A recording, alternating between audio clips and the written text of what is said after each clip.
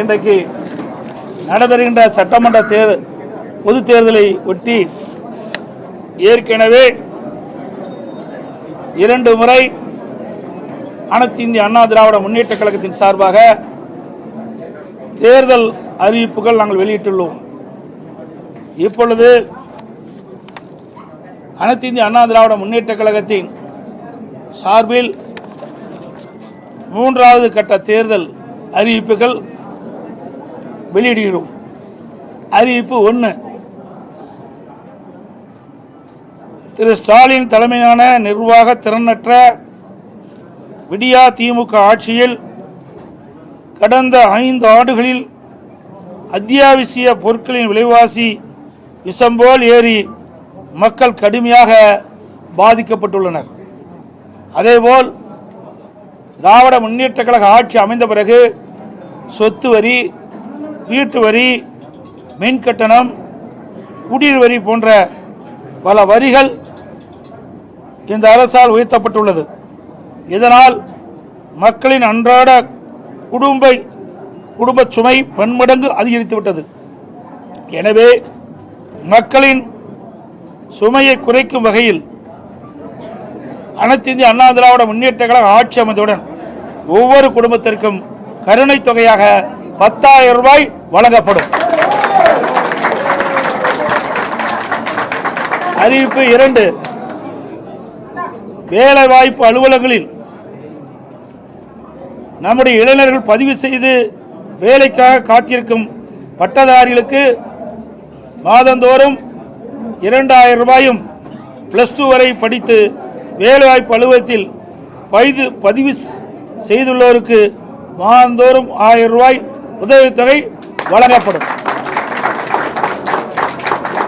அறிவிப்பு 3. மீன்பிடி தடைக்காலங்களில் மீனவர்களுக்கு தற்போது வழங்கப்பட்டு வரும் நிவாரணத் தொகை 8,000 ரூபாய். இந்த 8,000 ரூபாயிலிருந்து அதிமுக ஆட்சி மலர்ந்தவுடன் 12,000 ரூபாயாக உயர்த்தி வழங்கப்படும். ஒவ்வொரு ஆண்டும் தைப்பொங்கல் அன்று வழங்கப்பட்டு வரும் பொங்கல் தொகுப்புடன் சேர்ந்து 1000 ரூபாய் பொங்கல் பரிசாக வழங்கப்படும். கைத்தறி நெசவாளர்களுக்கு தற்போது வழங்கப்பட்டு வரும் விலையில்லா மின்சாரம் 300 யூனிட்டில் இருந்து 450 யூனிட்டாக உயர்த்தப்படும். விசைத்தறி நெசவாளருக்கு தற்போது வழங்கப்பட்டு வரும் 1000 யூனிட்டிலிருந்து 1400 யூனிட்டாக விலையில்லாமல் அவர்களுக்கு உயர்த்தி வழங்கப்படும். நகர பகுதியில் நடபாதை ஓரமாக கடை வைத்திருக்கும் சிறு வியாபாரிகள் கூட்டுறவு வங்கியில் வாங்கிய கடன் முழுவதும் தள்ளுபடி செய்யப்படும்.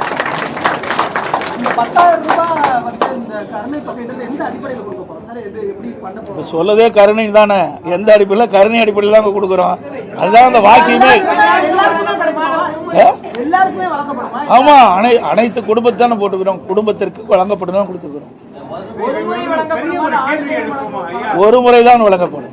இது வந்து ஒரு பெரிய கேள்வி எழுப்பும். ஏற்கனவே நிதி சுமை அதிகமா இருக்கு. 10 லட்சம் கோடி கடனுக்கு சொல்லி நம்ம விமர்சிச்சிருக்கிறோம். இந்த மாதிரி நீங்க அறிவிச்சிருக்கக்கூடிய திட்டங்கள்லாம் இன்னும் நிதி சுமை அதிகரிக்கக்கூடும். அதை எப்படி சமாளிக்க? நான் ஏற்கனவே சொல்லிவிட்டேன். எங்களுடைய அதிமுக அரசு இருக்கின்ற பொழுது திறமையாக செயல்பட்டு கொரோனா காலத்தில் கூட 1 ரூபாய் வரி வருமானம் இல்லாத போதே சிறப்பான ஆட்சி கொடுத்த அரசாங்கம் அதிமுக அரசு. அதனால் வருவாயை பெருக்கி நாங்கள் அறிவிக்கப்பட்ட நலத்திட்ட உதவிகள் முழுமையாக வழங்கப்படும்.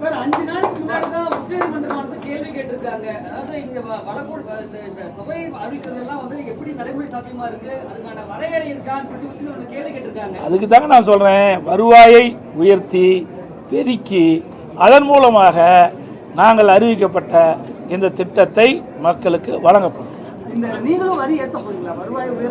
அது இப்பெல்லாம் எப்படிங்க சொல்ல முடியும்? வரி ஏத்துறாங்களா இல்லையா? நீங்க கேட்கிற கேள்வியெல்லாம் அதாவது வரி உயர்த்துறது பல இருக்குது, புரியுதுங்களா?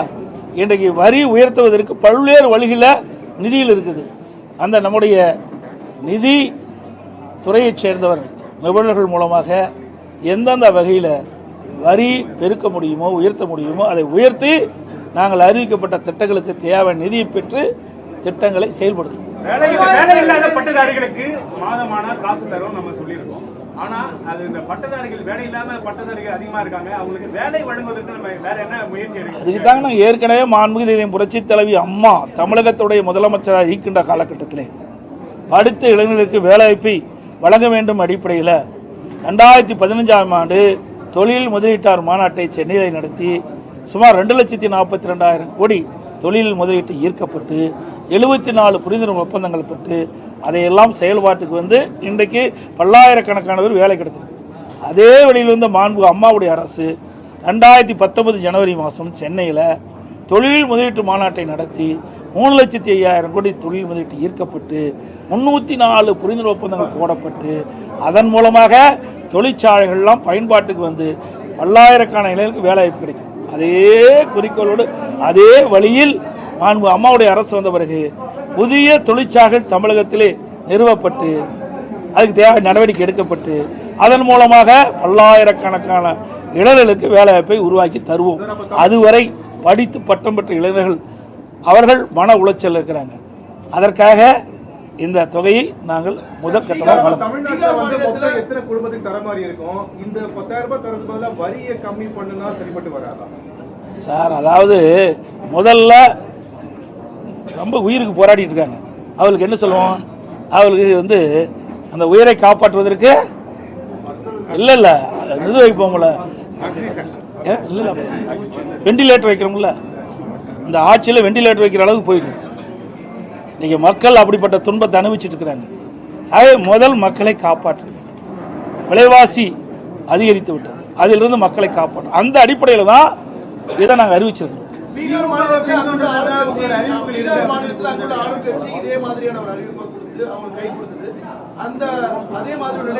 நீங்களே கேள்வி கேட்டீங்க, நீங்களே பதிலும் சொல்லிட்டீங்க. இரண்டும் நீங்களே சொல்லிட்டீங்களா?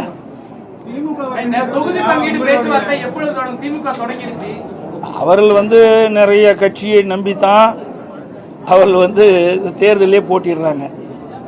அதனால அவர்கள் முன்கூட்டியே தொடங்கியிருக்காங்க. நாங்கள்லாம் பொறுமையா தேர்தல் கூட்டணி குறித்து பேச்சுவார்த்தை ஏற்கனவே எங்களை என்னென்ன நிறைவேற்றி விட்டது, பேச்சுவார்த்தை நடத்திட்டோம். ஆனால் எந்தெந்த கட்சிக்கு எவ்வளவு தொகுதின்னு நிர்ணயிக்கல. விரைவாக நாங்கள் பேச்சுவார்த்தையை தொடங்குவோம்.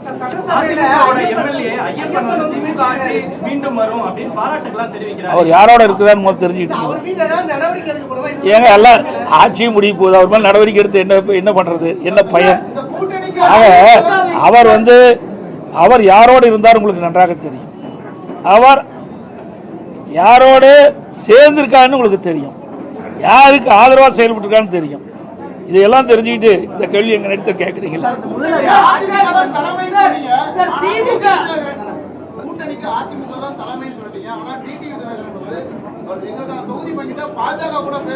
அதாவது நல்லா புரிஞ்சுக்கணும், அதிமுக தேசிய ஜனநாயக கூட்டணி.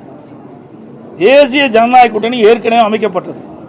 அதிமுக அதில் போய் சேர்ந்திருக்குது. ஏற்கனவே தேசிய ஜனநாயக கூட்டணி இடம்பெற்றிருக்கிற கட்சிகள்லாம் அவர்கள் அதன் மூலமாக நாங்கள் சீட்டுகளை பெறுவோம்னு சொல்லியிருக்கிறாங்க. அந்த அடிப்படை தான், புரியுதுங்களா? வேற ஒன்றும் கிடையாது.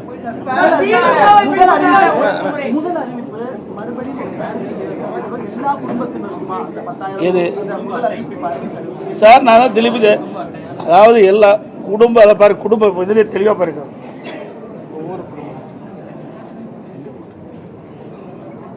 ஒவ்வொரு குடும்பத்திற்கும் கருணை தொகை 10,000 நாங்கள் அது உங்களுக்கு ஜெராக்ஸ் கொடுப்போம். அதெல்லாம் எங்களுடைய ஆட்சி மன்றங்களுக்கு கூடி அதற்கு தகுந்த முடிவு எடுக்கும் சார். அதுதான் சொன்னேன், ஆட்சி மன்ற குழு அதை கூடி அதற்குண்டான முடிவு எடுத்து அறிவிக்கப்படும்.